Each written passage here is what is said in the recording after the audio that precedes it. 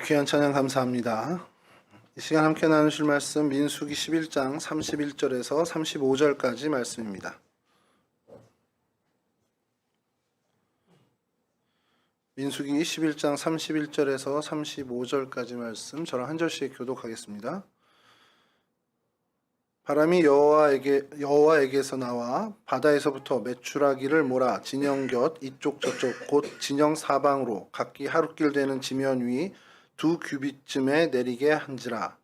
백성이 일어나 그날 정일 정나 그 이튿날 정일토록 메추라기를 모으니 적게 모은 자도 여러 명이라 그들이 자기들을 위하여 진영 사면에 베어두었더라. 고기가 아직 이 사이에 있어 씹히기 전에 여호와께서 백성에게 대하여 진노하사 심히 큰 재앙으로 치셨으므로 그곳 이름을 기브라 다와라 불렀으니 욕심을 낸 백성은 거기 장사함이었더라. 함께 하시죠. 백성이 기브롯 핫다아와에서 행진하여 하세롯에 이르러 거기 거하니라. 아멘. 아멘. 오늘 저희가 살펴보려고 하는 장소는 기브롯 핫다아와입니다. 뭐 많이 들어보셨을 거예요. 기브롯 핫다아와는 뭐 익숙하죠. 근데 실제로 성경에 그렇게 많이 등장하진 않습니다. 굉장히 저희들에게 강렬한 인상을 줬기 때문에 아마 좀 기억에 각인이 돼서 그럴지 모른다는 생각을 좀 해요. 탐욕의 무덤이란 뜻, 이제 욕심의 무덤이란 뜻을 갖고 있고요. 시내 광야에 가까운 곳이고 이스라엘 사람들이 광야에 머물렀던 그 장소 중에 하나입니다. 추정하는 것은 이제 와디가 그 근처에 있었으니까 그러니까 비가 오면 생기는 천이죠. 그러니까 와디 지역이 좀 있었기 때문에 그곳에서 물도 좀 요긴하게 얻지 않았겠냐라는 이제 성경 고고학자들의 이야기가 있습니다. 그래서 오늘날에는 2곳 정도가 이제 유력 후보지로 이제 거론이 됐었는데 최근에 와서 이제 한쪽은 좀 이렇게 신빙성이 좀 떨어지고 다른 한쪽으로 이제 옮겨지게 거의 이쪽이 정설이 돼 가고 있는데 사실 그 두 사이에 그렇게 거리가 멀지 않습니다. 불과 몇 킬로 정도밖에 안 떨어져 있기 때문에 그 여기나 저기나 사실 그렇게 큰 문제는 안 될 것 같아요. 그래서 오늘 좀 거기를 좀 보려고 하는데요. 먼저 성경에 등장하는 기브롯 핫다와에 대해서 좀 먼저 한번 살펴보면 민수기 11장 34절 오늘 저희가 읽은 본문입니다. 보여주시면 예. 그곳 이름을 기브롯 핫다와라 불렀으니 욕심을 낸 백성을 거기 장사함이었더라. 이렇게 한번 등장을 하고요. 그 다음에 오늘 본문에 이어지는 그러니까 사실은 한 번이라고 봐야 되는데 백성이 기브롯 핫다와에 행진하여 하세롯에 이르러 거기 거하니라. 그러니까 34절 35절에 한 절에 한 번씩 나오니까 이걸 두 번으로 치면은 두 번이고 사실 이걸 한 번으로 치면은 총 3번 정도 언급된다라고 보면 됩니다.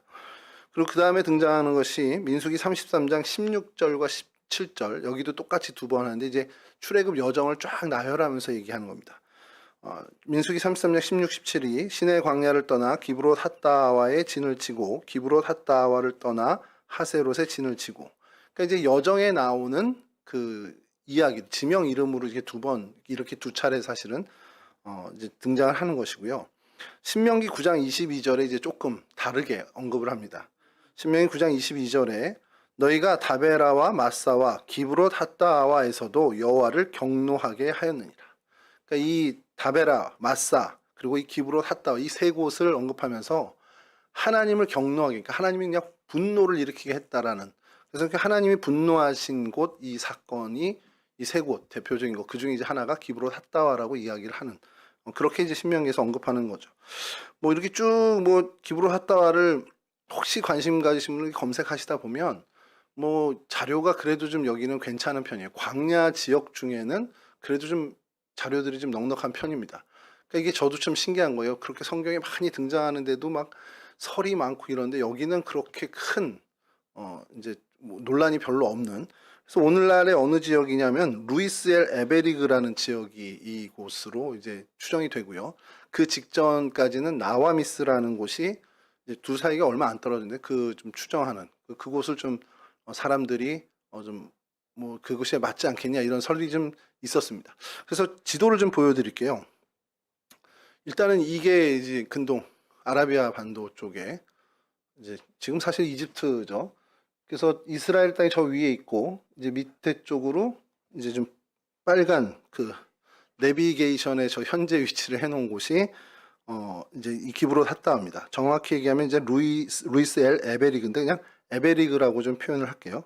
이 에베리그인데 그 위쪽에 하트 모양을 좀 하나 해놓은 게 보이시나요 혹시? 별로 안 먼 그 살짝 위에 여기가 나와미스라는 곳입니다. 그래서 이 두 곳이 이제 논란이 있다가 지금은 에베리그 이쪽이 거의 정설이 되고 있습니다. 아래쪽 하트는 뭘까요? 대충 위치 보시면 여러분 수요일에 이렇게 우리가 오래 이 지역을 다뤘는데 저쯤이면 대충 뭐겠다. 예, 신해산입니다. 뭐 신해산도 사실은 지금 뭐 새로운 이제 신흥학파에서는 이 시나이 반도가 아니라 뭐 저 건너편 아라비아 반도일 거다라는 설도 있는데 사실 어느 거 하나도 이거다라고 할 수 있지는 않은데 전통적으로 전통적으로 이제 우리 기독교 고고학에서는 그냥 이 시나이 반도의 신해산을 이야기하고 있습니다. 여하튼 이 신해산에서 북쪽으로 이제 북동쪽으로 올라가는 곳에 이 에베리그가 있고요. 그 다음에 그 옆에 나와미스가 있는데 이곳을 기브롯 핫다와라고 이제 보고 있습니다. 좀 다음 사진을 보여주시면 조금 이제 확대했습니다. 확대해서 신해산 여기 보이시죠?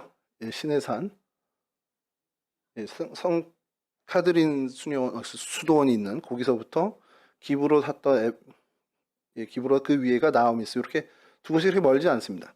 요 여정 끝에 다음 사진을 보여주시면 얼마 안 가서 하세롯이 등장을 합니다. 이렇게 쭉 이어지는 그 여정이죠. 그 한 분이 이제 여기를 다녀오신 걸 유튜브에 올리셨는데 10여 년 전에는 여기를 그냥 거의 광야길 같이 낙타 타고 가듯이 이렇게 갔었다는 겁니다. 근데 오늘날은 그 굉장히 이제 길이 잘 나서 그냥 자동차로 이렇게 쭉 갈 수 있게 됐다라고 그렇게 유튜브에 좀 올렸더라고요. 좀 다음 사진 보시면 이제 완전히 확대해서 예, 이렇게 보이면 됩니다. 그러니까 이렇게 자꾸 이렇게 단계로 들어가는 게 이렇게 처음 보여드리면 저희가 어디야 이러실 것 같아서 대충 그 시나이 반도 오른쪽에 치우쳐져 있는 그곳입니다. 기브롯 핫다와 그리고 저 위쪽 나와미스도 기브롯 핫다와라고 추정을 했었는데 오늘날은 이 에베리그 쪽에 그래서 왜 기브롯 핫다와가 전에는 나와미스 쪽으로 더 사람들이 의견이 모아졌었냐면요. 다음 사진 보여주시면 뭐 같습니까? 전 처음에 사진 보고 우물이 왜 이렇게 많아 이랬거든요. 다음 사진 좀 보여주시죠. 진짜 많죠. 고고학자들이 발견한 것만 해도 1000여 기가 넘게 그러니까 요 나와미스뿐만 아니라 그 시나이 반도 주변에서 1000기 이상이 발견이 됐는데 가까이 간 사진이 다음 사진 보여주시면 이렇게 그러니까 뭐 여기저기 뭐 구분 안 찍고 이렇게 많이 있는 거예요. 뭔지는 정말 지금도 밝혀지지 않았습니다. 근데 그 전에 뭐 어떻게 추정을 했냐면 이거 무덤 아니야? 이렇게 뭐 가족묘나 아니면 부족의 묘 아니야? 그래서 그 아래 이제 장사를 지낸 거 아니야? 이렇게 추정을 한 거죠. 자, 어느 정도 크기냐면 다음 사진 보여주시면 이 베두인이라고 이 사막 지역의 유목민입니다. 이 사람이 들어가는 모습을 이제 담은 건데 이 정도 크기예요. 그러니까 사람이 드나들 수 있는 정도. 그러니까 뭐 무덤이라고 해도 추정할 수도 있겠죠. 그래서 이것을 혹시 기브롯 핫다와 이 사건 때 어떤 이제 장사를 여기서 이제 지니까 무덤을 만들게 됐으니까 이 지역에 이게 많은 걸로 봐서 여기서 그 많은 사람들을 장사 지낼 때 그 흔적이 남아있는 거 아니냐, 일부 남아있는 거 아니냐, 이런 생각들을 한 거죠. 근데 이제 고고학이 계속 발전하면서 이 뭐 탄소연대 측정법이 전 잘 모릅니다만 그 연대 측정을 했대요. 근데 이게 출애굽 당시보다 훨씬 이전에 있었던 그런 구조물로 이제 밝혀진 겁니다. 그러니까 이제 기독교 고고학자들이 역사학자들과 이렇게 이게 그 기브롯 핫다와의 어떤 장소를 증명해 줄 만한 구조물은 전혀 아니다. 그럼 이게 뭐냐라는 건 아직도 밝혀지지 않았습니다. 그냥 이런 게 정말 많이 있어서 그냥 보존되고 있다라는 정도입니다. 그래서 이곳이 어떻게 기브롯 핫다와가 아닌 것 같다 그러면 어디겠냐라고 해서 고고학자들이 연구했겠죠. 뭘로 연구했는지 저도 정확히 모릅니다만 이 다음 에베리그라는 곳이 이제 그 유력 후보지로 떠오른 겁니다. 그래서 그곳 사진을 다음 보여주시면 이건 아까 그 말씀드린 것처럼 도로가 없는 동네에 이제 도로가 생긴 겁니다. 뭐라고 쓰여 있는지는 모르시죠? 알아보라. 그래서 다음 사진 보여주시면 다합까지 75km고 노보텔까지 65km다라는. 그러니까 이게 그냥 이렇게 구글 번역에서 돌린 건 이렇게 이제 그 숙소도 생기는 어쨌든 아스팔트 도로가 생겼다라는 걸 이제 강조를 좀 하시더라고요. 그래서 그 에베리그 가는 길 이제 포장이 돼 있어서 수월하게 이동을 하시는데 그 에베리그 가는 길에 도착을 하면 이런 풍경이 펼쳐집니다. 예, 다음 사진 보시면 무슨 풍경입니까? 그냥 광야죠. 다음 사진도 그 근처에 이제 이렇게 나무 하나 이렇게 있는데 그 에베리그 쪽에 조금은 다른 광야와 다른 모습이 다음 보여주시면 이렇게 오아시스 같은 곳이 있다는 겁니다. 근데 이게 뭐 한두 곳이 아니라 여러 군데 있죠. 그러니까 이곳이 비가 조금 오는 우기가 조금 뭐 아주 우기가 아니더라도 작은 비가 어쨌든 오기 시작하면 물을 얻을 수 있는 곳이라는 것을 증명해 낸 겁니다. 그래서 이곳을 이 루이셀 에베리그라는 곳을 기브롯 핫다와로 이제 여기게 되었죠. 이게 이곳에 이제 사실은 어떻게 보면 자료에 답니다. 구글 지도를 들어가셔서 에베리그나 나오미스를 치면은 거기에 이렇게 아까 그 처음에 보여준 지도 사진이 뜨고요. 거기에 이렇게 현재 위치 표시가 되면은 거기를 클릭하시면 옆에 사진들이 쭉 뜹니다. 그래서 거의 다녀온 사람들이 이제 올린 거죠. 구글에 올린 건데 그거를 보시면 요 사진들이 좀 이제 나오게 되는데 뭐 이렇게 약간 이제 섞여서 혼동돼서 이제 자료들이 나오기도 해요. 그래서 그걸 좀 한 번씩 잘 이제 검증할 필요가 있습니다. 이런 어떤 지역입니다. 이 지역에서 있었던 일을 오늘 좀 살펴보려고 하는데 뭐 당연히 이 기브롯 핫다와에서는 이 탐욕을 부린 사건을 좀 살펴보려고 합니다. 이스라엘이 출애굽한 경로에 대해서는 학자들이 참 많은 이제 의견들을 냅니다. 그래서 숫곳을 지나서 뭐 홍해 북쪽을 건넜다라는 설도 있고요.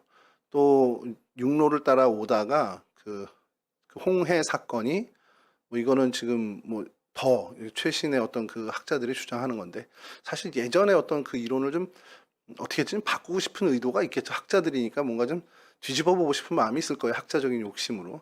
그러니까 이제 이 시나이 반도에서 아라비아 반도로 넘어가는 그 바다를 건넌 게 홍해 사건이다 이렇게 얘기하는데 그 근거들도 참 신기한 게 좀 많은 게 실제로 그 아래에 당시 애굽 군대 것으로 보여주는 수레들이 이제 발견이 됩니다. 그러니까 고고학적인 발견이죠.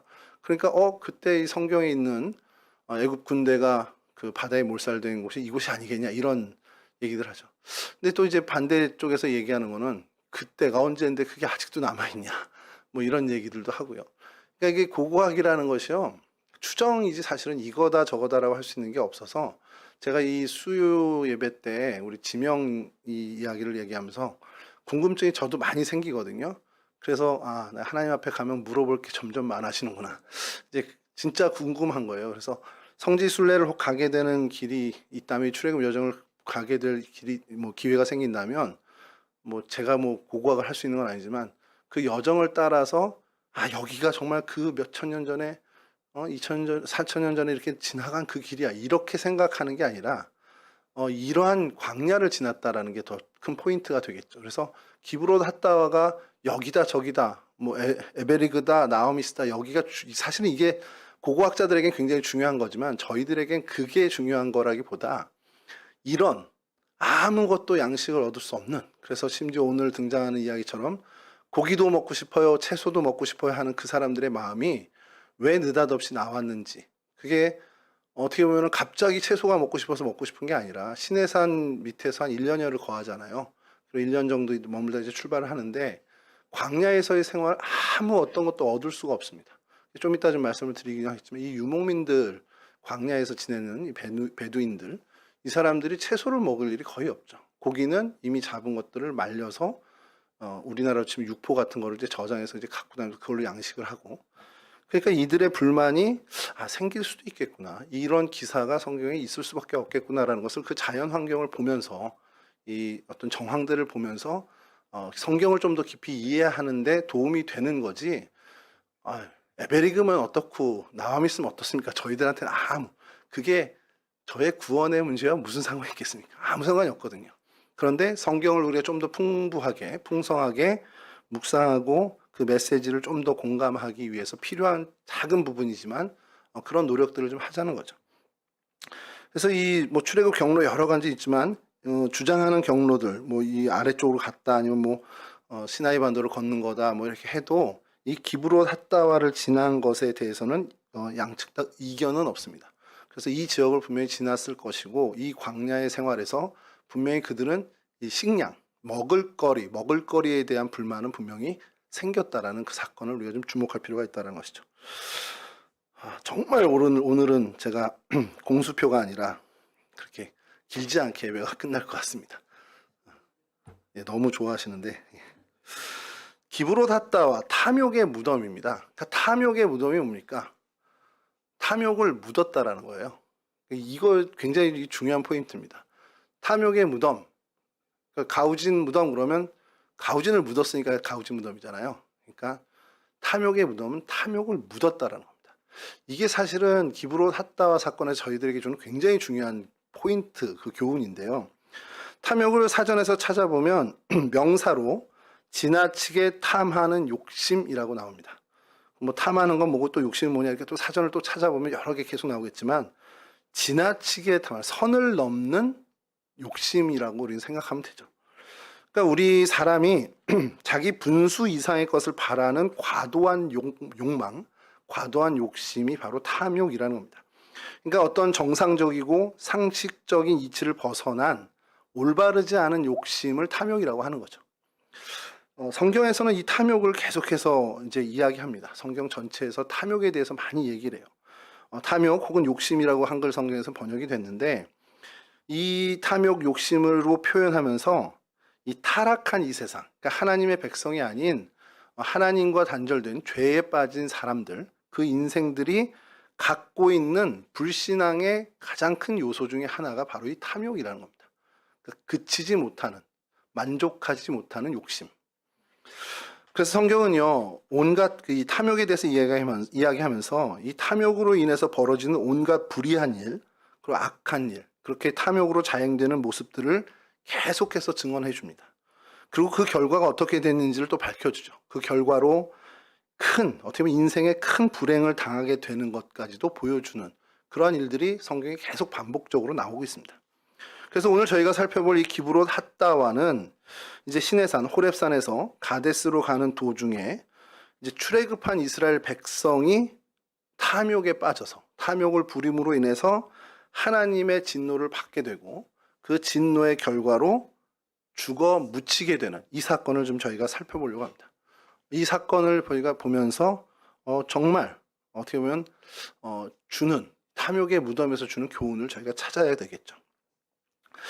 먼저 이 사건을 살피기 전에 되게 중요한 단서 하나를 먼저 좀 살펴보려고 하는데요. 출애굽기 12장 38절 말씀입니다.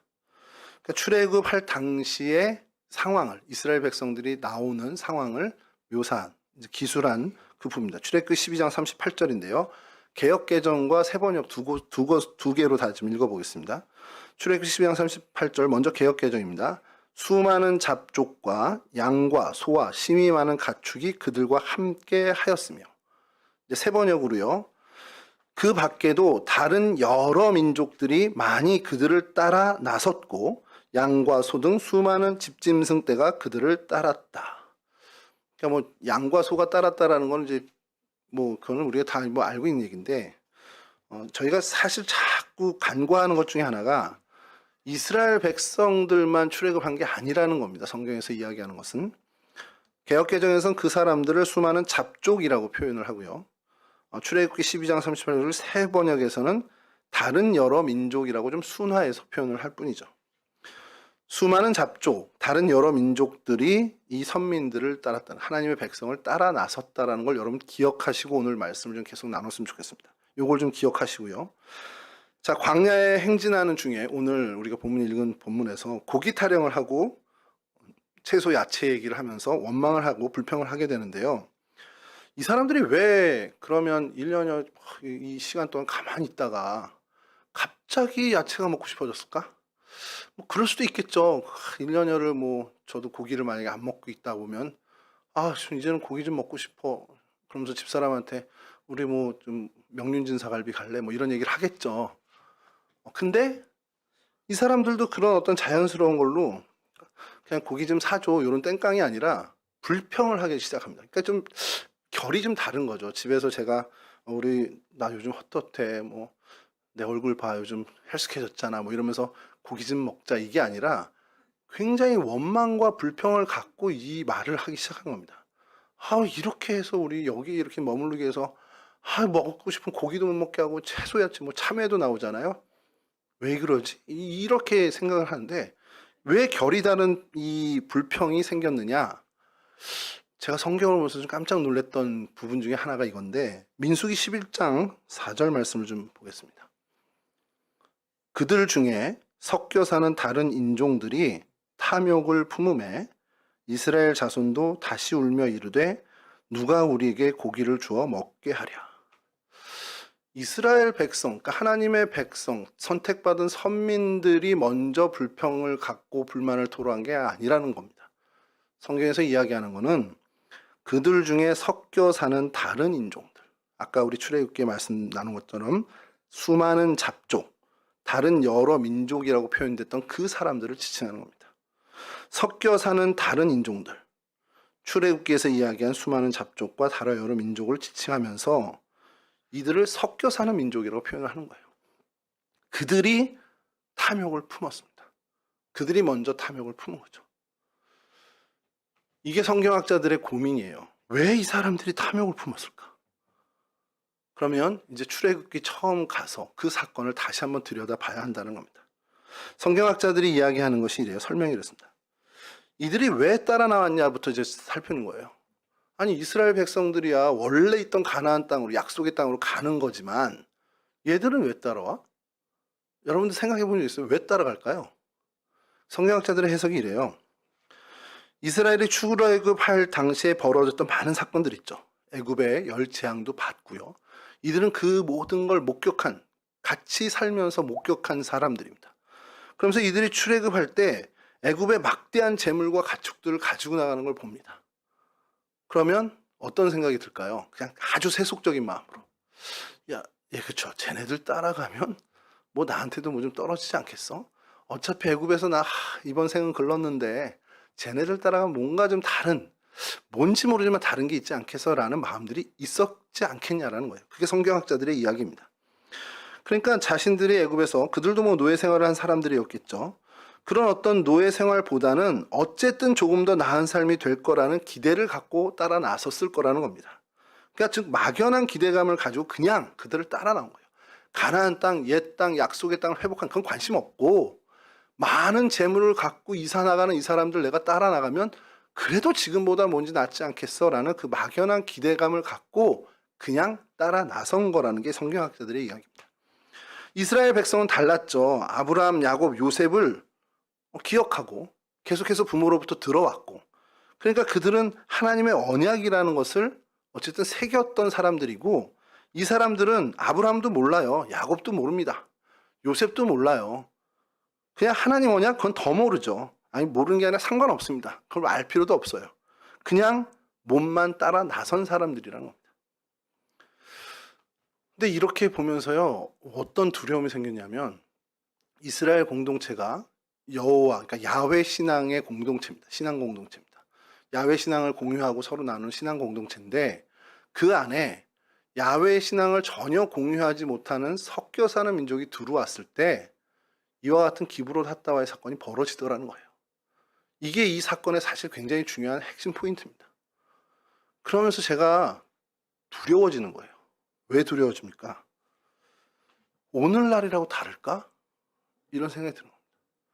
오늘날이라고 이런 일이 벌어지지 않겠어요? 만약에 어떠한 신앙 공동체 안에 그 신앙을 함께 공유하지 못하는 섞여 사는 민족과 같은 사람들이 있다면 그 공동체도 이스라엘 공동체가 기브롯 핫다와에서 하나님의 경노를 받고 멸망의 길을 가는 것과 동일한 일을 반복할 수도 있다는 겁니다. 그게 우리가 오늘 조심해야 되는 정말 경계해야 하는 부분 중에 하나라는 거죠. 교회에도요. 뭐 교회는 그렇죠. 물론 하나님의 백성들, 하나님의 자녀들이 모입니다. 그러니까 같은 신앙, 같은 목표점, 같은 본향을 향해서 함께 나가는 성도들이 있습니다. 그런데 걱정스러운 것은 동시에 섞여 살며 그냥 따라오는 사람들도 있을 거라는 거예요. 같은 신앙을 공유하는 공동체 안에서 그 신앙과 비전을 함께 공유하지 않고 그냥 아무 생각 없이 혹은 세속적인 기대, 세속적인 바람, 세속적인 계산을 가지고 그렇게 따라오는 사람들, 혹은 스스로 좋은 신앙이라고 착각하는 사람, 전혀 신앙이 없음에도 나는 좋은 신앙을 가지고 있어 하는 그 착각을 가지고 있는 사람이 공동체 안에 섞여 있다면 그 공동체 역시도 기브롯 핫다와의 일을 당할 수도 있다라는 두려움을 저희는 가져야 한다는 겁니다. 주님께서도 말씀하시잖아요. 마지막 날을 말씀하시면서 가라지와 알곡이 섞여 있다라고 합니다.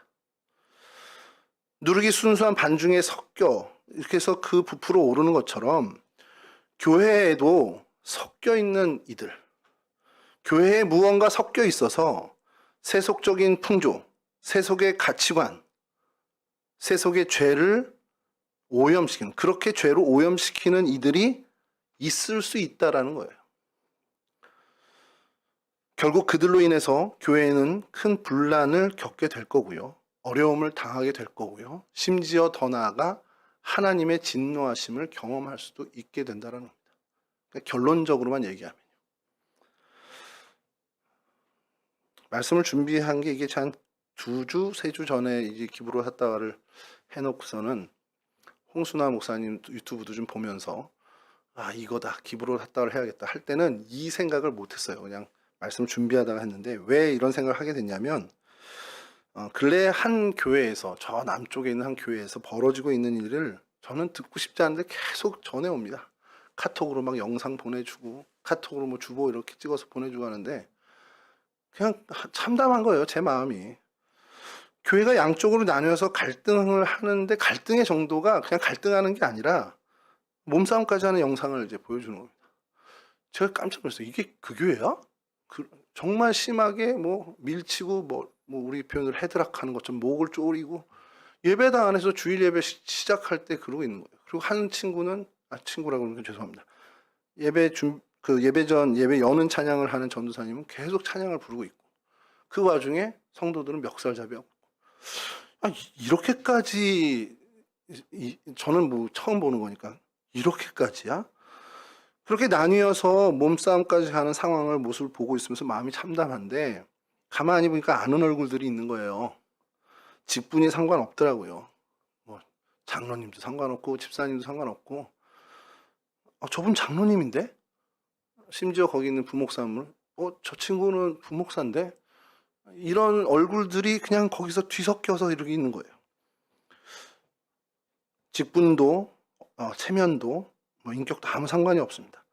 싸움의 중심에 선 사람들은 그냥 자기 자신의 계산대로만 하는 거예요. 자기 자신의 주관대로만 그냥 밀고 나가더라고요. 교회를 생각하는 마음이 정말 일말에 하나도 느껴지지 않는 것 같은 행동을 보이고 있습니다. 자기가 옳다고 서로 주장하면서 자기들이 하는 행동이 교회를 위한 행동이다. 이 행동이야말로 교회를 살리는 것이라고 주장하면서 서로 교회를 죽이고 있습니다. 그 일을 몇 주간 이제 계속 겪으면서 그 교회에 좀 저도 있었던 사람으로서 좀 마음이 계속 무겁게 되더라고요. 그러니까 여러분 우리가 우리 스스로를 살피는 일에 절대 게을러서는 안 되는 이유가 여기에 있습니다.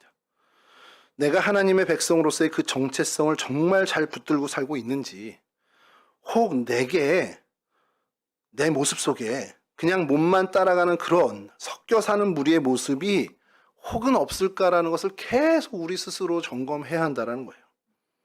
여러분 이런 자기 점검의 여정을 우리는 살아야 됩니다. 나를 계속 살피는 나를 계속 말씀의 거울에 비춰보는 여정을 살아가는 저와 여러분들이 되어야만 한다는 사실이죠.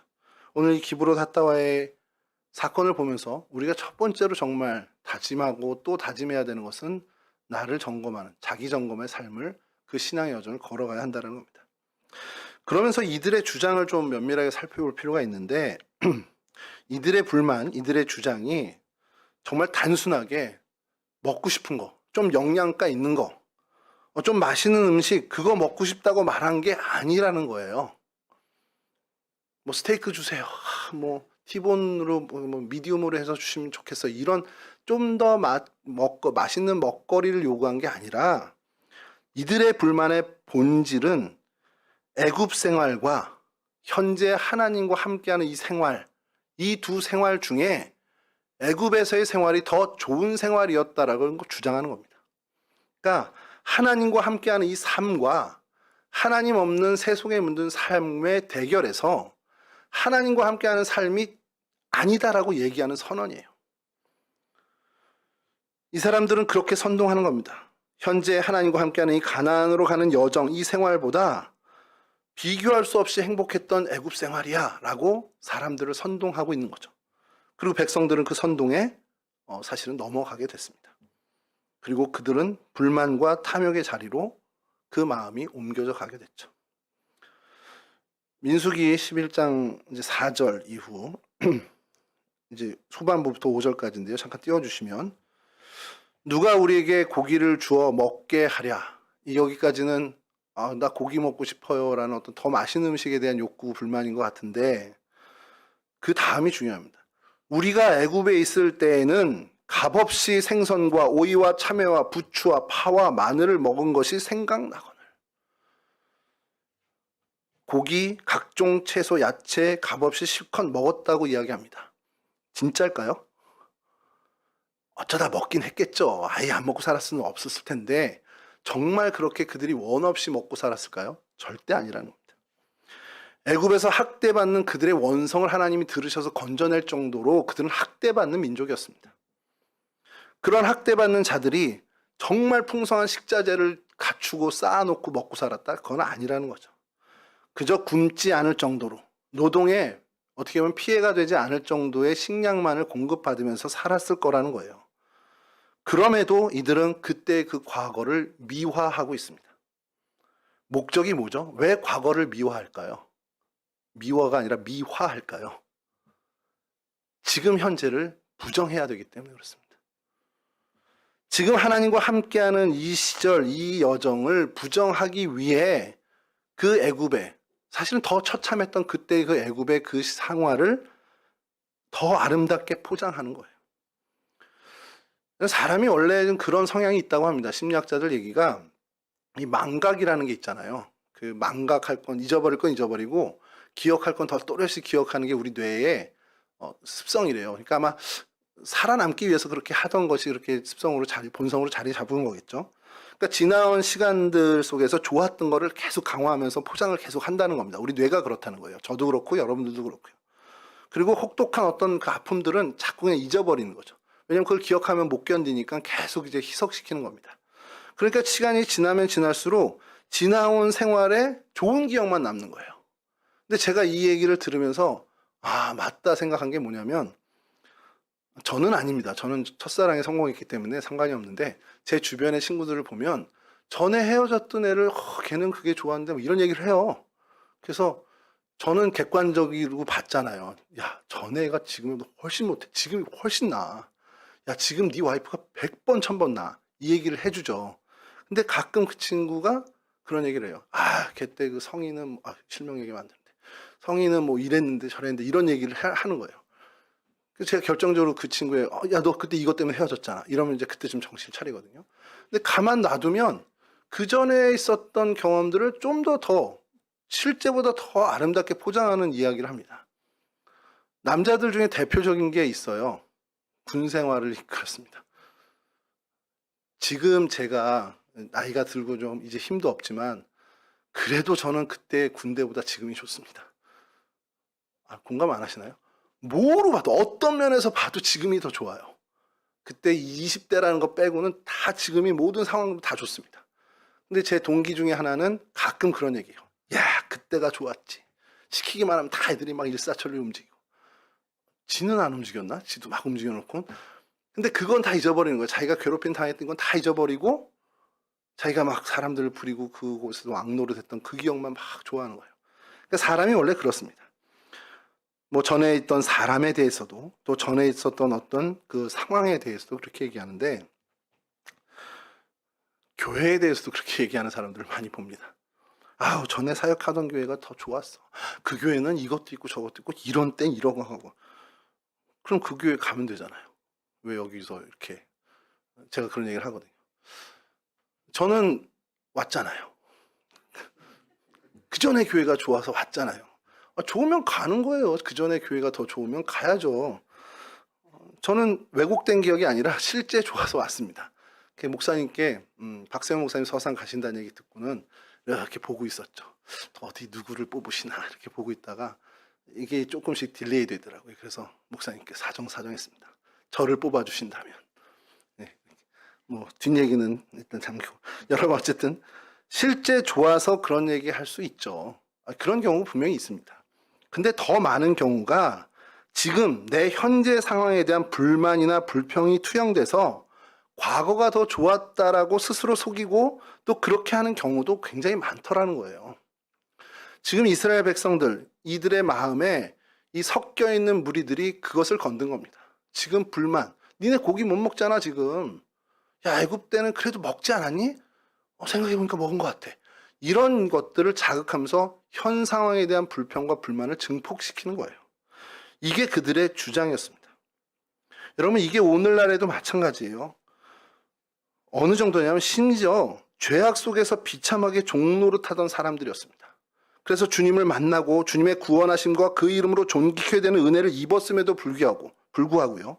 그 은혜를 망각하고는 내 예수 믿느라고 손해봤어. 나 교회 다니느라고 나 정말 많이 손해봤어. 안 믿는 게 더 좋을 뻔했어. 이런 원망하는 이런 이야기들을 통해서 믿음 약한 성도들을 시험에 빠지게 하는 일들이 교회 안에도 있더라는 겁니다. 우리 이 땅에 많이 있죠. 이러한 어떤 현 상황에 대한 부정, 현 상황에 대한 불평, 불만을 증폭시키는 과거에 대한 미화를 우리는 철저하게 좀 근절해 나가야 한다는 겁니다. 내 주변의 사람들의 그 이야기에 대해서 흔들리지 않아야 한다는 거죠. 오늘 지금이 제일 좋은 겁니다. 여러분 어제보다 오늘 내가 요만큼이라도 하나님을 더 사랑하게 됐잖아요. 지난번에 조혜한 선교사님 오셔서 말씀하실 때 제가 되게 큰 은혜를 받은 게 10년 동안 그 북쪽 만달레에서 막 일한 게 10년 전에 그럼 양곤에서 그 시도할 때 하나님 왜 길을 열어주시 그때 맞고 왜 10년 동안 이렇게 딜레이 시키고 이제 왜 양곤에서 목회할 수 있게 길을 열어주시냐고 이제 고민을 얘기하셨다는 거예요. 그랬더니 이제 깨달음이 10년 동안 그럼 뭘 했나? 10년 동안 내가 하나님을 더 사랑하는 사람이 됐구나. 조현 선교사님의 그 말씀이 저는 너무 와닿고 공감되는 겁니다. 그래서 저도 전에 그 다음 설교할 때 말씀을 드렸죠. 적어도 2006년 제가 목사 안수 받던 그때보다는 적어도 단 1mm라도 지금 제가 하나님을 사랑하는 마음이 조금 더 많고 커졌다는 겁니다. 그거는 분명한 사실이라는 생각이 든 거죠. 초심이 그런 건 어떤 순수했을 수는 있겠지만 적어도 하나님에 대해서 내가 더 사랑하고 하나님에 대해서 더 헌신할 수 있는 마음은 그때보다는 지금 좀 더 늘어난 것은 분명하다는 거죠. 여러분 저희들이 이렇게 자라는 지금 이 순간 이 시점 지금 하나님이 심으신 이곳이 저희들에겐 가장 최상의 자리라는 겁니다. 여러분 제가 제 의지로 기도하기 시작한 게 아마 저는 초등학교 1, 2학년쯤인 것 같아요. 그전에는 어머니가 이제 얘기하면 따라서 이제 뭐 말 따라하는 것처럼 기도를 하다가 초등학교 1학년인가 2학년 때 이제 기도를 스스로 좀 하기 시작했는데 아주 유치한 기도였죠. 근데 그때부터 지금까지 제 하는 기도에 가장 많이 등장하는 그 단어 문장은 하나님 인도해 주시옵소서입니다. 요즘도 그래요. 요즘도 하나님 인도해 주십시오. 하나님 나를 이끌어 주십시오. 여러분 제가 그때부터 지금까지 기도를 거의 40년 한 거잖아요. 40년 동안 하나님 나를 인도해 주십시오 하는 그 기도의 응답의 자리가 어디입니까? 여기입니다. 여러분들이 지금까지 수많은 시간 동안 하나님 나 인도해 주시옵소서 한 그 기도의 응답의 자리는 지금 여기입니다. 그럼 이곳이 제일 좋은 거죠. 우리 기도의 응답의 자리입니다. 과거에 대해서 자꾸 미화하고 과거에 정말 세속의 삶에서 성공했던 것, 하나님을 떠나 살면서 어떻게 보면 사람들의 어떤 칭찬을 받았던 그런 것들에 대해서 미화하는 그 유혹으로부터 벗어나는 저와 여러분들이 되어야 한다는 것이죠. 최첨단 시대를 살아가는 오늘날에도 아까 사진에서 본 것처럼 베누인들이 있어요. 뭐냐면 유목민들인데 사막 유목민들이 실제로 지금도 있습니다. 그리고 우리 첸대 성사님 계신 몽골에도 유목민들이 아직도 있더라고요. 지난번에 JTBC에서 택배는 몽골이라는 프로그램을 이제 방영을 했는데 이 배우들 이제 연예인들 동기들이 가서 그 게르에서 생활하는 그들의 어떤 유목민 생활을 이제 체험하는 거였어요. 근데 그 생활도 그렇고 이제 여기 사막의 유목민 베누인들도 마찬가지지만 이 사람들은 식량을 고기를 이제 얇게 해서 점여서 이제 양념을 하고 이제 그걸 말려서 갖고 다니는 그런 것들이 이제 주식이고 실제로 어떤 채소, 야채 같은 경우는 거의 못 먹는 겁니다. 왜냐하면 뭐 목초지에서 어떻게 보면 과일 같은 거 딸 수 있지만 사막의 이 베누인들이 어디서 과일이나 채소를 얻겠습니까? 그래서 이 베누인들은 그저 녹차 종류를 이제 시내에 가서 살 수 있게 되면 사와서 그걸 마시는 걸로 이제 채소를 먹는 걸 대신하는 거예요. 여러분 광야에서 이런 채소나 과일 같은 음식을 정말 접하지 못하게 되면 귀할 수밖에 없구나라는 것을 그 TV나 이런 걸 보면서 광야 이스라엘 백성들을 생각하는 겁니다. 출애굽한 광야도 마찬가지였겠죠. 채소에 대한 갈망이 분명히 있었을 거예요. 그러면 그거는 그들에겐 정말 호화로운 이야기고 호화로운 음식입니다. 그러니까 여기서 모세를 향해서 불만을 품는 거는 현실에선 이룰 수 없는 걸 가지고 불만을 얘기하는 거예요. 당장 할 수 없는 거 그거를 해내라고 하면서 요구하고 불만하고 그거 못 해내니까 너 물러가라 이렇게 되는 거죠. 이 역시도 섞여 있는 그 무리들이 충동해서 벌어진 일입니다. 고기, 생선, 참외, 수박, 부추, 파, 마늘 이것은 그 상황에선 사치라고밖에 할 수 없는 음식들이었다는 거예요. 광야에 앉아서 마치 호캉스 할 때 호텔에서 먹을 수 있는 메뉴를 갖고 오라는 그런 무리한 요구라는 겁니다. 하나님께서 목마르지 않게 반석에서도 물을 내어주시는 그런 은혜를 주셨고 재배하지도 키우지도 않은 하늘의 만나를 주셨음에도 불구하고 이들은 거기에 만족하지 않고 더 큰 욕심을 부린 것이죠. 그게 기브롯 핫다와입니다. 기브롯 핫다와의 핵심은 결국 욕심, 탐욕을 부린 거라는 거죠. 명언 중에 하나가 있습니다. 탐욕을 제하려면 먼저 그 어미가 되는 사치를 멀리하라. 그러니까 탐욕은 이 사치에서부터 온다라는 얘기가 있습니다. 내 형편, 분수, 이치를 벗어난 욕망이 탐욕을 일으킨다는 거죠. 하나님의 진리와 사랑보다 세상의 허영, 사치 풍조를 더 사랑하고 그곳에 마음을 두는 것이 탐욕의 근원이 되더라는 겁니다. 그러니까 이들이 가졌던 것은 지금 현 상황에 맞지 않는 허영, 그 사치를 하다가 결국 탐욕으로 끌려가게 됐다는 것이죠. 여러분 이 탐욕의 욕망을 식혀줘야 됩니다.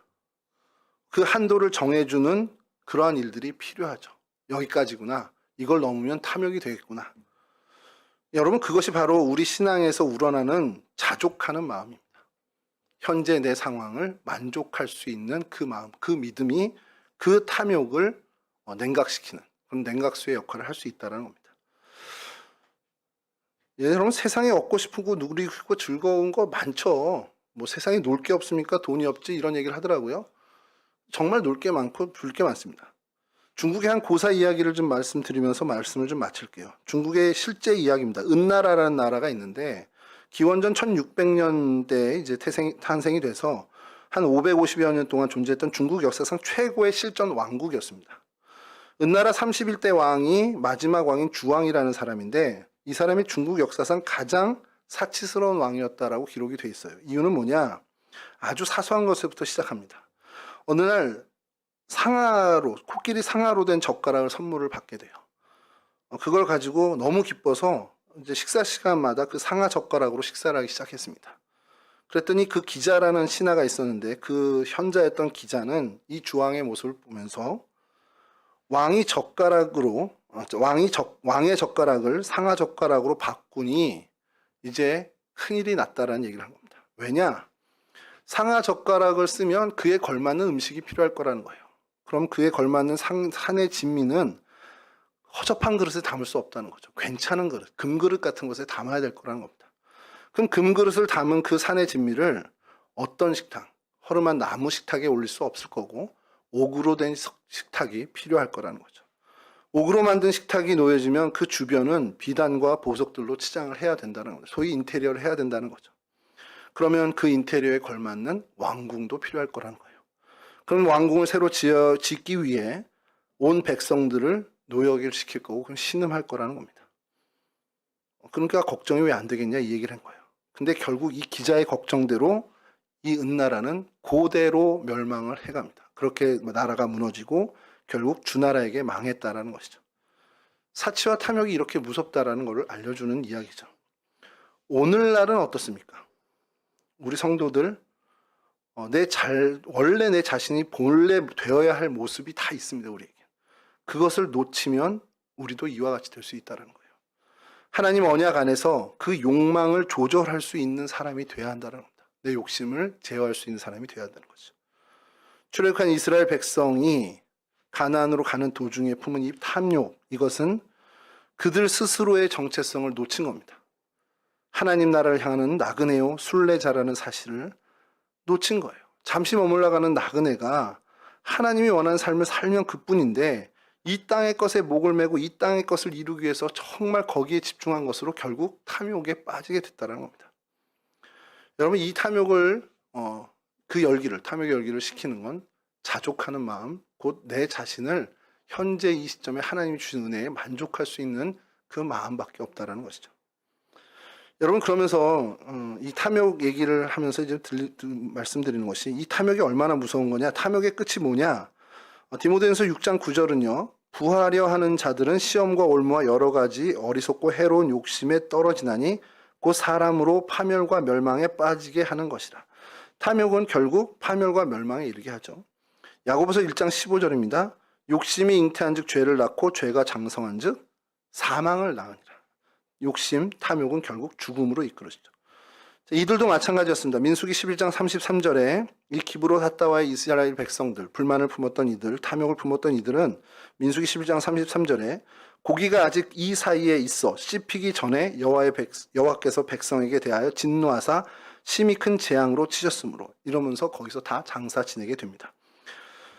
이 탐욕은 결국 하나님을 대적하는 것, 하나님의 정반대에 있는 입장이라는 거죠. 자, 그럼 이 탐욕의 마지막은 결국 죽음이라는 거죠. 아까 처음에 말씀드린 것처럼 기브롯 핫다와 탐욕을 묻은 곳입니다.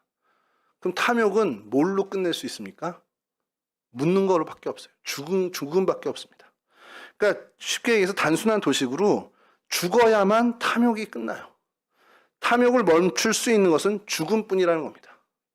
자, 이렇게 얘기하고 결론 듣고 딱 오늘 설교 끝내면 뭐야, 죽으라는 거야? 죽을 때까지 우리 탐욕을 해야 돼. 그게 아니고 이 말씀입니다. 갈라디아서 5장 24절입니다. 같이 읽을까요? 시작. 그리스도 예수의 사람들은 육체와 함께 그 정욕과 탐심을 십자가에 못 박았느니라. 아멘. 이게 결론입니다. 내 자신을, 그리고 내 탐욕과 정욕과 욕심을 십자가에 못 박고 장사 지낸 사람, 죽인 사람만이 탐욕의 늪에서 벗어날 수 있는 사람이라는 거예요. 여러분, 우리가 기도할 때 많은 소유, 많은 재물 구하는 거, 그게 다 나쁜 건 아닙니다. 솔로몬이 하나님의 성전을 건축하기 위해 많은 재물을 원한 것은 합당한 기도고 요구였죠. 그런데 광야에서 얻을 수 없는 애굽의 음식을 원하는 것은 탐욕이었습니다. 이 차이를 우리는 알아야 돼요. 여러분, 뭘 더 원하십니까? 이 땅을 살아가면서 여러분 더 갖고 싶은 게 뭐예요? 하나님으로부터 뭘 더 구하시겠습니까? 하나님 독생자 주셨잖아요. 구원의 은혜 주셨잖아요. 십자가에 피 흘리기까지 여러분 사랑해 주셨잖아요. 뭘 더 바라십니까? 그게 우리가 가져야 할 마음이라는 겁니다. 바라기는 오늘 이 사건을 묵상하면서 저 신앙의 교훈을 얻는 저와 여러분들이 됐으면 좋겠습니다. 그렇게 우리 본분, 우리 삶의 이치, 이것을 벗어난 욕심, 그 탐욕을 경계하는 자기 점검을 정말 부지런히 하는 이 땅의 나그네요 순례자로서 살아갈 수 있는 저와 여러분들 되시기를 주님의 이름으로 간절히 축원합니다.